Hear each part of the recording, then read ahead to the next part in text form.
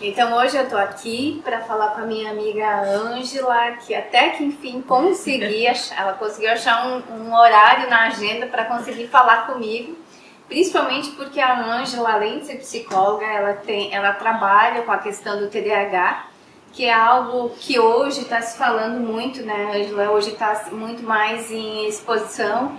E também já que eu trabalho com vestibulando, Ângela, eu queria que você me ajudasse, assim, falasse um pouquinho o que é o TDAH, como é que funciona, quais são os sintomas que as pessoas podem estar percebendo, do qual elas podem estar sofrendo e nem sabem, né? Sim, o TDAH, na verdade, hoje em dia está se fazendo uma confusão muito grande, né? Uhum. Porque, eu tenho um pouquinho de dificuldade de atenção, então eu já acho que eu sou TDAH, né? Uhum. E, na verdade, o TDAH é caracterizado por, principalmente, uma oscilação de atenção, no sentido de não conseguir realmente neutralizar fatores externos, né? E conseguir prender a atenção de modo que seja satisfatório, que tenha rendimento, enfim, né? Uhum. E aí, nesse sentido, é que causa bastante dúvida, porque hoje a gente identifica, né, hoje se tem identificado através do DSM, que são três, na verdade, subtipos, né, o déficit de atenção, a hiperatividade e me ajuda, que agora me fugiu. A impulsividade. Então é a hiperatividade física e a impulsividade. Uhum. E tem muita confusão nesse sentido, né? Porque na verdade, se tem um não tem outro, enfim, né? O que é importante a gente trazer que é como nuclear, o que realmente preconiza a questão do TDAH é que tem que haver realmente um déficit de atenção e tem que ter pelo menos uma durabilidade de um tempo, né, de prejuízo funcional de vida durante um período de 6 meses. Uhum. É uma questão neurobiológica, né, que hoje ainda se traz essa questão epigenética, questão neurobiológica, aliado também à questão do meio ambiente, né, que isso pode estar trazendo essas dificuldades. Mas isso é bem interessante como está causando confusão, né? Sim, outra coisa que eu também percebo, tanto no tratar com os meus vestibulandos, Ângela, é que eles também terceirizam a responsabilidade que eles têm para si, no sentido de estudar ou de ter foco, né? Então eu tenho TDAH, então eu vou no médico, eu tenho que tomar Ritalina, eu tenho que tomar alguma medicação para eu ficar mais concentrado, ter mais memória. Como é que você, que é uma especialista, vê essa questão? Então, na verdade, é muito perigoso esse processo de tomar o medicamento sem saber se de fato possui o transtorno de déficit de atenção, né?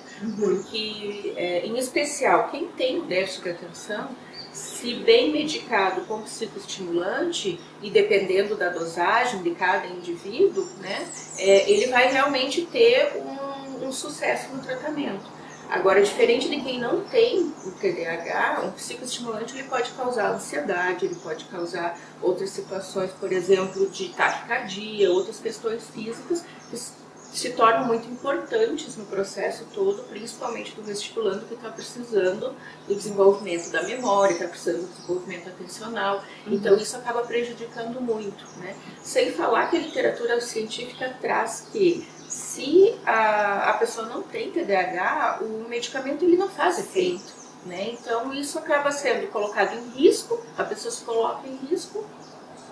Tu sabe que nessa questão eu tive um paciente uma vez, um vestibulando, que ele tomou 2 Ritalinas e foi fazer a prova. Então no meio da prova ele começou a sentir os sintomas físicos, né? Começou a suar, pingar e ele começou a ter delírios. Então, na prova, então as letras se mexiam, ele via bichos correndo na sala, a fala do fiscal. Então, o quanto isso é importante, né? De realmente tomar cuidado, porque não é só também momentâneo, né? Isso pode, dependendo da questão neurobiológica da pessoa, ela pode levar um déficit mais para frente, né? Não somente no caso de estar vestibulando na hora da prova, mas causar um processo a longo prazo. Agora, mais no consultório, Ângela, como é que está a questão? O paciente vai, né, já com diagnóstico, tem TDAH. Você já chegou a atender alguém que foi com diagnóstico de TDAH e chegou lá e você percebeu que não tinha?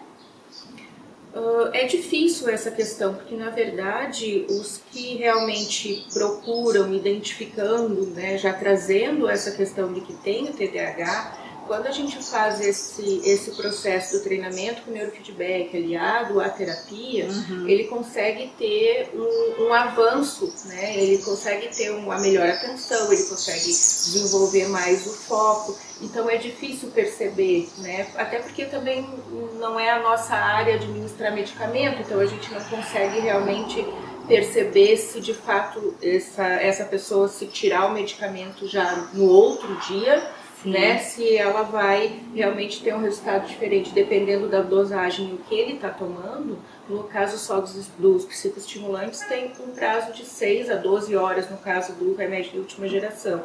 Mas tem medicamentos, na verdade, que são aliados a ansiolítico, então fica muito difícil nesse sentido. Né, Agora, o que você poderia dizer assim para o meu vestibulando que está lá ouvindo, né, e que tem sintomas de insegurança e não consegue concentrar? Porque uma das coisas eu sempre percebo, uma coisa é eu sempre estar falando, né?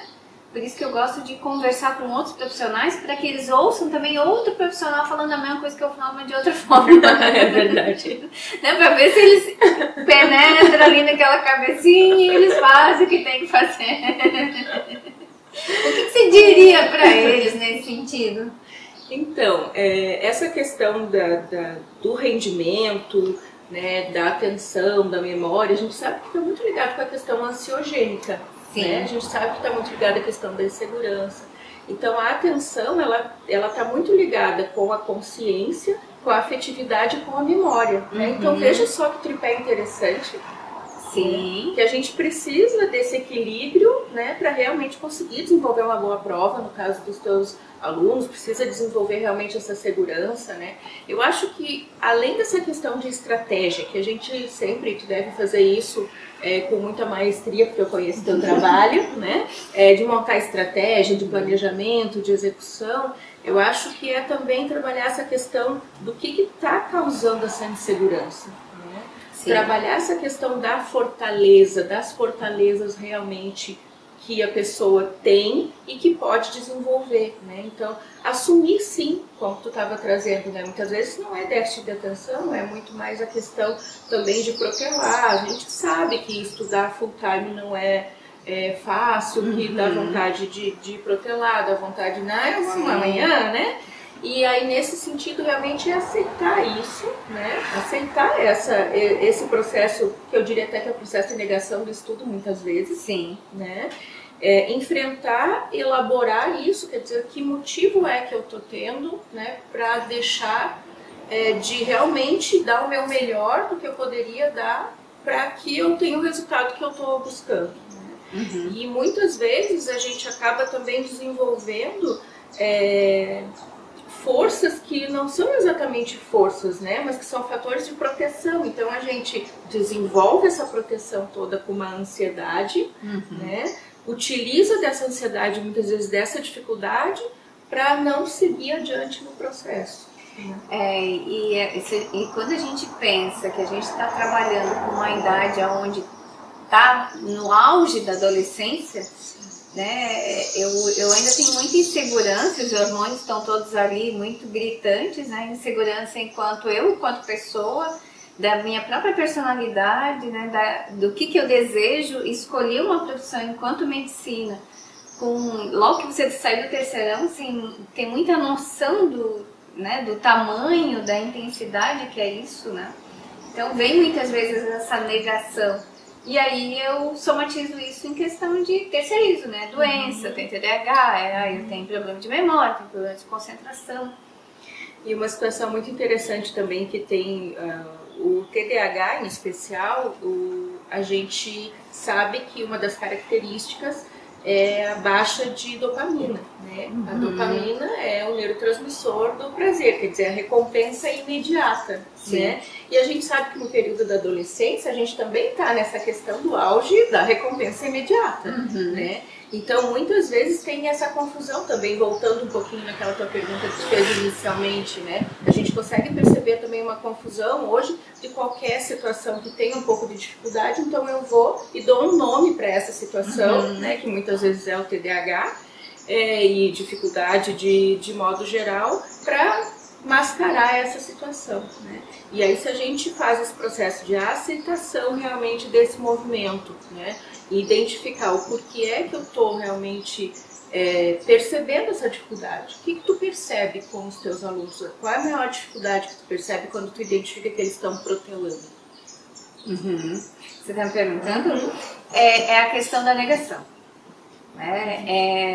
Eu chegar na prova, eles entregam muito rápido, né? Se entregam a questão do não consigo, muito fácil, né? Eu estudo, eu não consigo. Por mais que eu vá no cursinho, eu não consigo. Então, não, eu tenho que ter algum problema. Sim. E aí, entre eles se retroalimentam nesse sentido. Agora, uma outra coisa também que eu percebo muito, Ângela, é a questão do não. Porque nós estamos vivendo numa geração que tudo se tem na mão. Sim, sem dúvida, que também reforça aquela situação do imediatismo, né? Então, voltando um pouco pro TDAH, né? Quer dizer, não dá nem...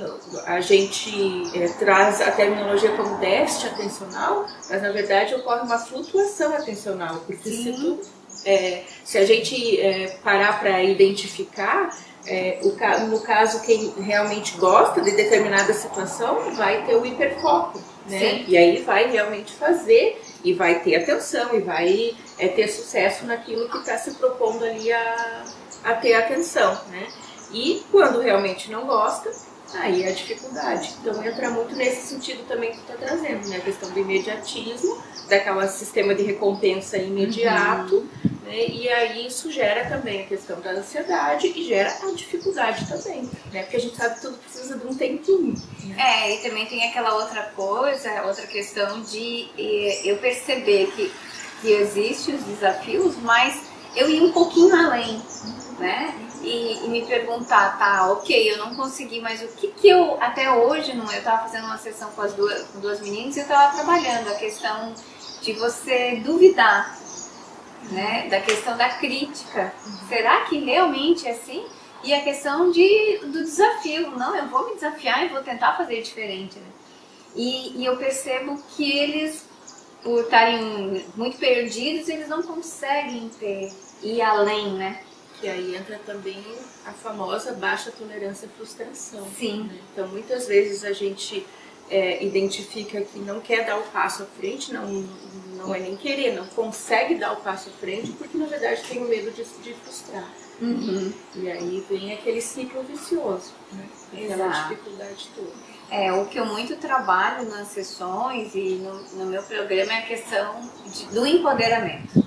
Né? Quando você começa a perceber que é possível, quando você começa a perceber através das evidências que dá para ir além, né? Nossa, você amadurece, lindo, né? Sim, você amadurece enquanto pessoa e vai além daquilo que... Porque quando a gente está no senso comum e a gente sabe que você acaba ficando muito parecido com o meio, né? Sem dúvida. A convivência gera semelhança. Então, como eles estão todos reunidos no cursinho, a maior fala do tempo inteiro que eles ouvem é aquilo que eles acabam se tornando. Agora, Ângela, pra gente encerrando, me diz, se você hoje estivesse de frente a um vestibulando, que sugestões você daria para essa pessoa? Tanto para alguém que tem TDAH, porque também a gente sabe que tem pessoas que têm e não buscam ajuda, né? E isso é importante também de trazer, porque na verdade é importante identificar de forma correta o diagnóstico, né? Para que realmente tenha o benefício do tratamento, seja ele qual for, que hoje são inúmeros tratamentos que têm sucesso de forma individualizada, né? E tanto para quem não tem, né? Então isso é importante. O que eu diria, além do processo todo, como tu está trazendo, da questão do empoderamento, é realmente identificar estratégias. Eu acho que identificar quais são as dificuldades, né? Eu acho que aí entra a questão do processo do autoconhecimento. Sim. Né? Então, assim, quais são as dificuldades que eu tenho de fato? Né? É determinada matéria que eu tenho dificuldade, eu identifico que eu estou protelando, enfim, essa questão já é uma questão mais tua, né? Dessa questão mais de gestão de tempo, que eu imagino que tu deva trabalhar de forma muito, muito detalhada, né, com eles. Mas o que eu diria realmente é trabalhar o seu fortalecimento, identificar fortalezas do que realmente pode cada vez extrair mais de uma maneira que ele consiga superar as suas dificuldades. Então, hoje em dia se fala muito em estratégia de manejo de, então eu vou ter uma agenda, eu vou ter determinadas post-it, enfim, inúmeras situações que muitas vezes a pessoa faz tudo isso e acaba tendo frustração, que acaba empacando naquilo que a gente estava conversando anteriormente, que é, né, não conseguir realmente identificar emocionalmente o que está impedindo de realmente dar o passo à frente. Agora uma coisa, só mais uma coisinha que a gente não falou, que eu acho que é extremamente importante a gente falar, são os atrativos externos, como celular, rede social, tudo que está muito à mão e que passa-se muito tempo em cima disso, né? E como é difícil, né, fazer uma gestão do tempo onde realmente consegue, não, eu vou ficar só no estudo e eu vou deixar esse celular ou eu vou deixar qualquer outro equipamento de lado, né? Entra mais uma vez a questão do imediatismo, como a gente estava falando. E isso acaba dispersando muito, tanto quem tem o TDAH quanto quem não tem o TDAH, porque lógico, quem tem TDAH é ainda mais difícil manter o foco por mais tempo, né? Ainda mais com o fator ali do bipzinho do celular ou qualquer outra situação que se distraia facilmente, né? Mas sem dúvida é um dos, acho que, situações mais difíceis de se lidar no momento, né? Porque é difícil a gente, né, desgrudar hoje do celular. Né? Mas eu sempre trabalho na questão do consultório, o teu propósito, qual é o seu maior propósito, né? E dentro daquilo que você está fazendo, quanto isso está te ajudando você a chegar aonde você quer, né? E quando você vai chegar na hora da prova e que você olha as questões e diz, meu Deus, e agora? Porque ali vem um julgamento enquanto você está fazendo a prova, né? Porque vem todo um feedback do quanto você deixou de estudar, é aquela questão que você não prestou atenção. E em vez para você não sofrer dessa forma na hora da prova, por que não se preparar antes, né? E a questão das escolhas. O celular, nesse momento, não vai te levar. Um médico, que é o maior desejo dos meus vestibulandos, né? Não vai te levar onde você quer. Mas tem que ter muita força. E são escolhas, são realmente situações onde a gente deixa de ter alguns prazeres, como sair, como, né, ter outros movimentos para realmente se dedicar àquilo que é o teu objetivo a longo prazo. Né? Sim. Eu queria te fazer uma pergunta. Fica. Tem questões, por exemplo, agora estamos chegando no final do ano, né? Então tem um monte de conteúdo, tem, né, o conteúdo do ano todo, e eu vejo muitos identificarem, gente, eu não vou conseguir terminar, e aí entra naquela situação extrema de ansiedade, e eu não vou passar, porque está vinculando a questão de só se eu terminar o conteúdo é que eu realmente vou conseguir.